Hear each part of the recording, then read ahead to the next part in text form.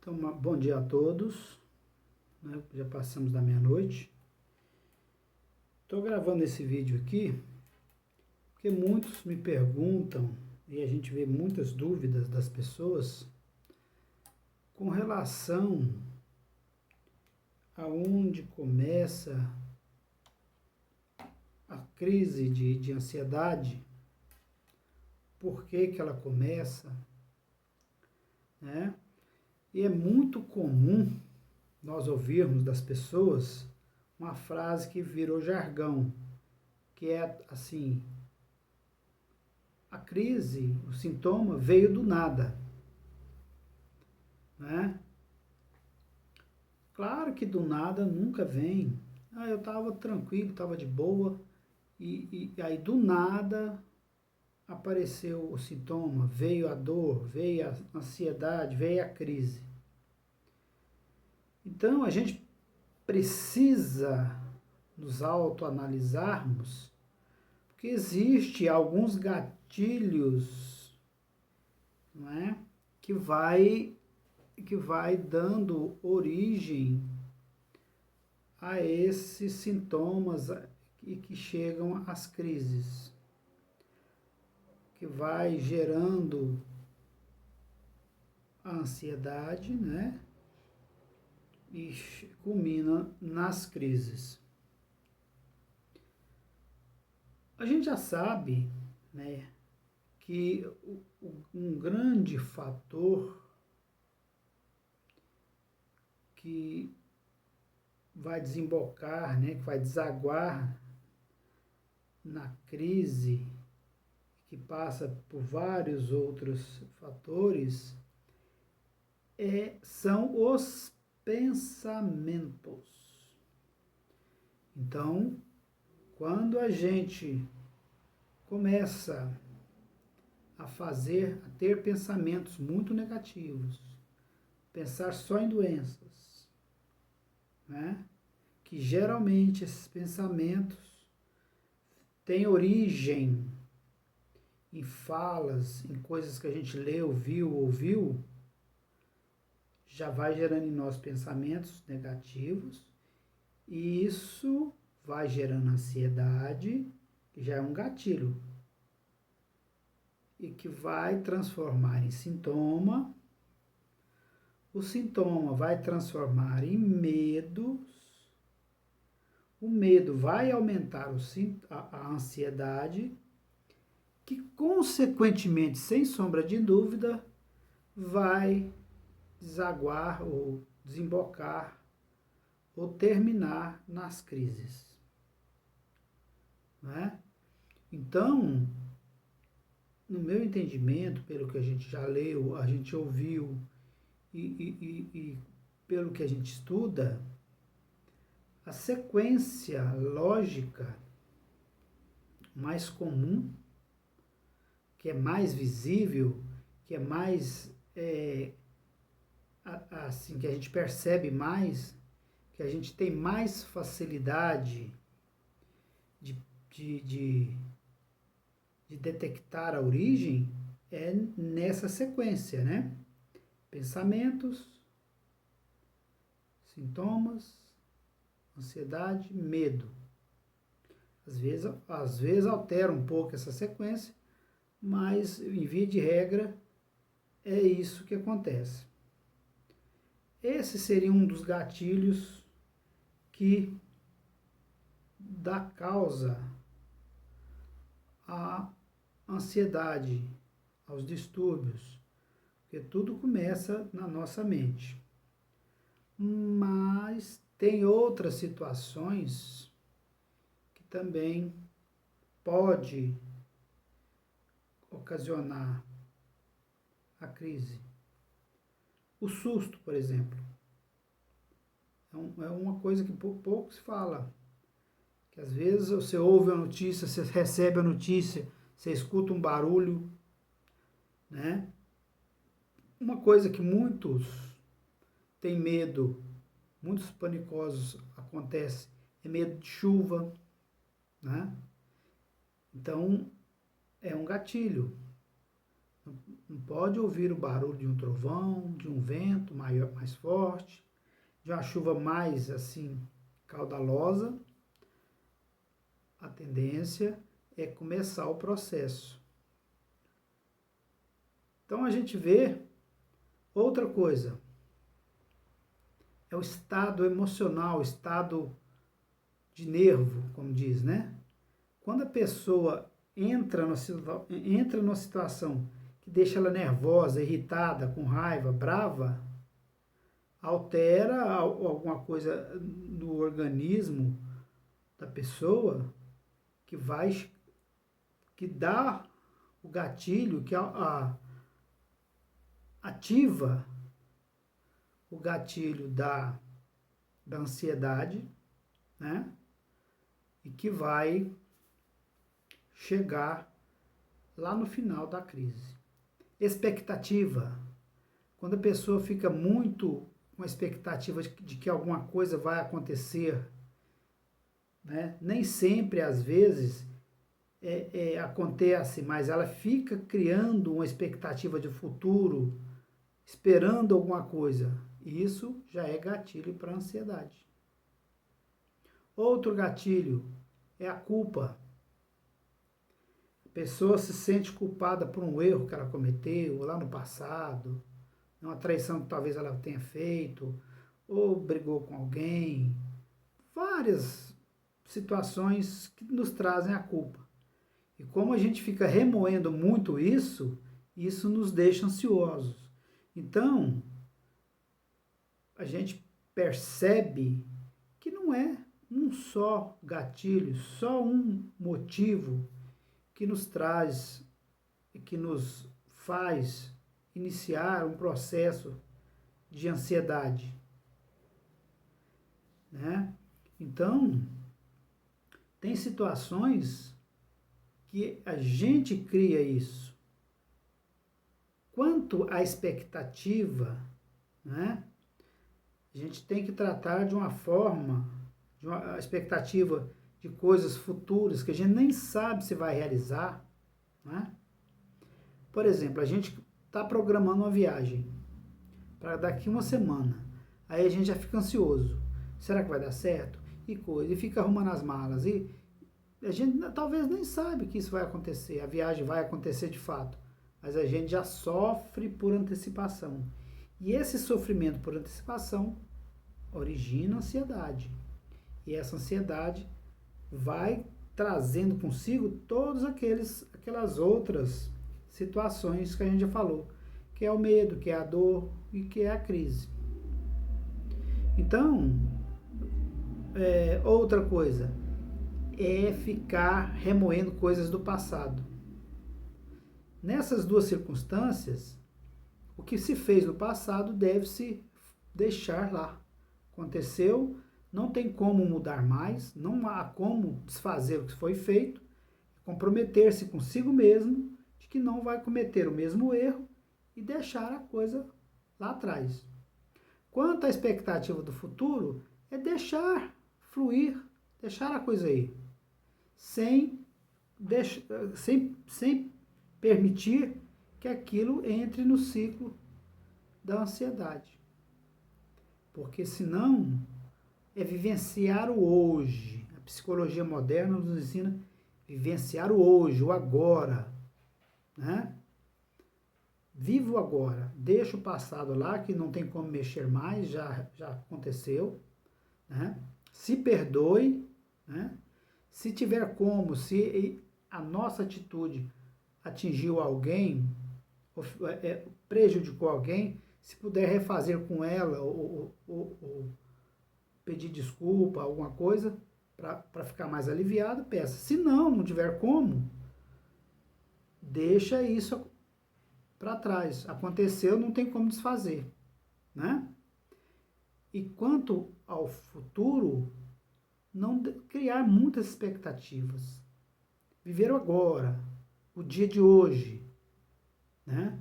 Porque muitas vezes a gente está almoçando, está jantando. Já perceberam que o ansioso ele não mastiga direito? Ele engole a comida. tal é aquela ansiedade, aquela coisa para resolver as coisas no momento. Uma das características do ansioso é não comer direito, engolir, passar a comida, né? Comida praticamente, a gente não degusta a comida, não sorve os alimentos conforme deveria sorver, porque a gente é muito ansioso. Então, a gente precisa nos reeducar nesse sentido. Na hora da alimentação, comer devagarzinho, conforme ensina a etiqueta. Na hora das atividades, fazer as coisas com atenção, pensando no agora, não deixar que o pensamento tome uma extensão muito grande para frente, não permitir que o pensamento retroaja em coisas negativas lá do passado. Então, eu gostaria que vocês anotassem que tem vários tipos de situações que dispara o gatilho da ansiedade. E nós precisamos trabalhar isso em nós. Os pensamentos intrusivos, mudar para pensamentos bons. Os pensamentos negativos, mudar para pensamentos positivos. Pensamentos doentios, tentar mudar para pensamentos saudáveis, bons, que nos elevem. Não é? Então, é uma gama de coisas que dispara o gatilho da ansiedade e que entra naquele ciclo de sintomas, dores, medos, ansiedade, e que chega na crise, que muitas das vezes a gente não controla. Uma dica que todo ansioso sabe, já leu, já viu o vídeo, que não fazem as técnicas da respiração diafragmática. Todo mundo sabe disso. Só que a gente faz um erro. A respiração diafragmática, ela é muito bom na hora da crise, que é como se fosse um pronto-socorro ali, um atendimento de emergência. Você está na crise, você respira, né, aquela respiração controlada, né, que vem lá no diafragma, tal, conforme todo mundo sabe. Ali alivia aquele momento de ansiedade. Mas o principal, talvez, fosse a gente fazer isso de forma preventiva, pelo menos umas 3 vezes ao dia. Por quê? Porque a gente vai reeducando a nossa respiração. Todo ansioso respira mal. Aquela respiração curtinha aqui, ó, que mal chega no pulmão, e isso acumula gases aqui nessa região da barriga, do tórax, é onde, na maioria das vezes, dá aquela infla a barriga, dá muitos gases, né? E aqueles apertos no peito que a gente acha que é infarto. Então, uma forma de controlar um pouco isso é a pessoa ter a disciplina. O ideal seria mais, mas se a pessoa conseguir fazer bem feito 3 no dia, já vai reeducando a respiração, para a respiração ficar aqui no diafragma, né? E você oxigena todo o corpo. E quando a gente respira errado, o que acontece? Além desse aperto no peito, a barriga ficar inflada, que o ansioso geralmente tem muito gases, dá falta de oxigenação no cérebro. Aí é onde surgem as tonturas, que aí a gente confunde com desmaio, confunde com AVC, né? A dor no peito a gente já acha que é um infarto, né? Problemas no coração, quando muitas vezes é gás acumulado nessa região aqui, ó, no abdômen, no peito, aquela tontura que a gente sente às vezes é o oxigênio chegando mal no cérebro. Por quê? Porque nossa respiração está deseducada. O ansioso respira errado. Então, esses detalhezinhos que a gente precisa atentar. Descobriu, né, educou lá a coisa dos gatilhos, percebeu que é muito nervoso, que é muito raivoso, que fica preocupado com o futuro, fica preocupado com o passado, dilua isso na mente. Mude os pensamentos, troque os pensamentos negativos por positivos, os doentios por saudáveis, faça a respiração diafragmática com disciplina, com frequência, aí sim, vai juntando aquela gama de situações que esse conjunto todo, deixarmos de ficar vendo notícias catastróficas, coisas de doença, coisas de acidente, coisas de violência, né? Isso tudo é um conjunto de atitudes que a gente toma que vai nos equilibrando, certo? Então, é nesse sentido que eu gostaria de alertar os irmãozinhos aí, os colegas, as pessoas que têm. Mas isso, gente, a gente é tão ansioso que a gente quer a coisa assim, né, no estalar de dedo, quer melhorar assim. Fez uma vez a respiração diafragmática, quer sarar. Mudou o pensamentinho uma vez, quer curar. Isso é disciplina.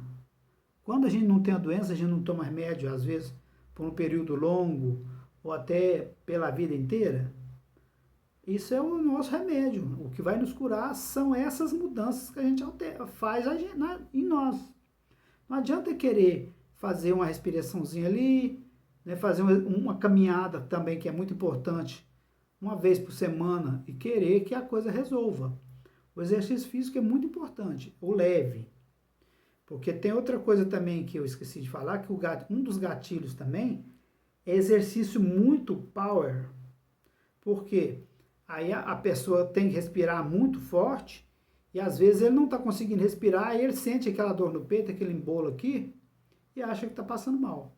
Então, pode fazer sim, mas se a pessoa não souber, ela vai sentir um certo desconforto. Então, o ideal é começar com exercícios mais leves, uma caminhada, umas pedaladas, né?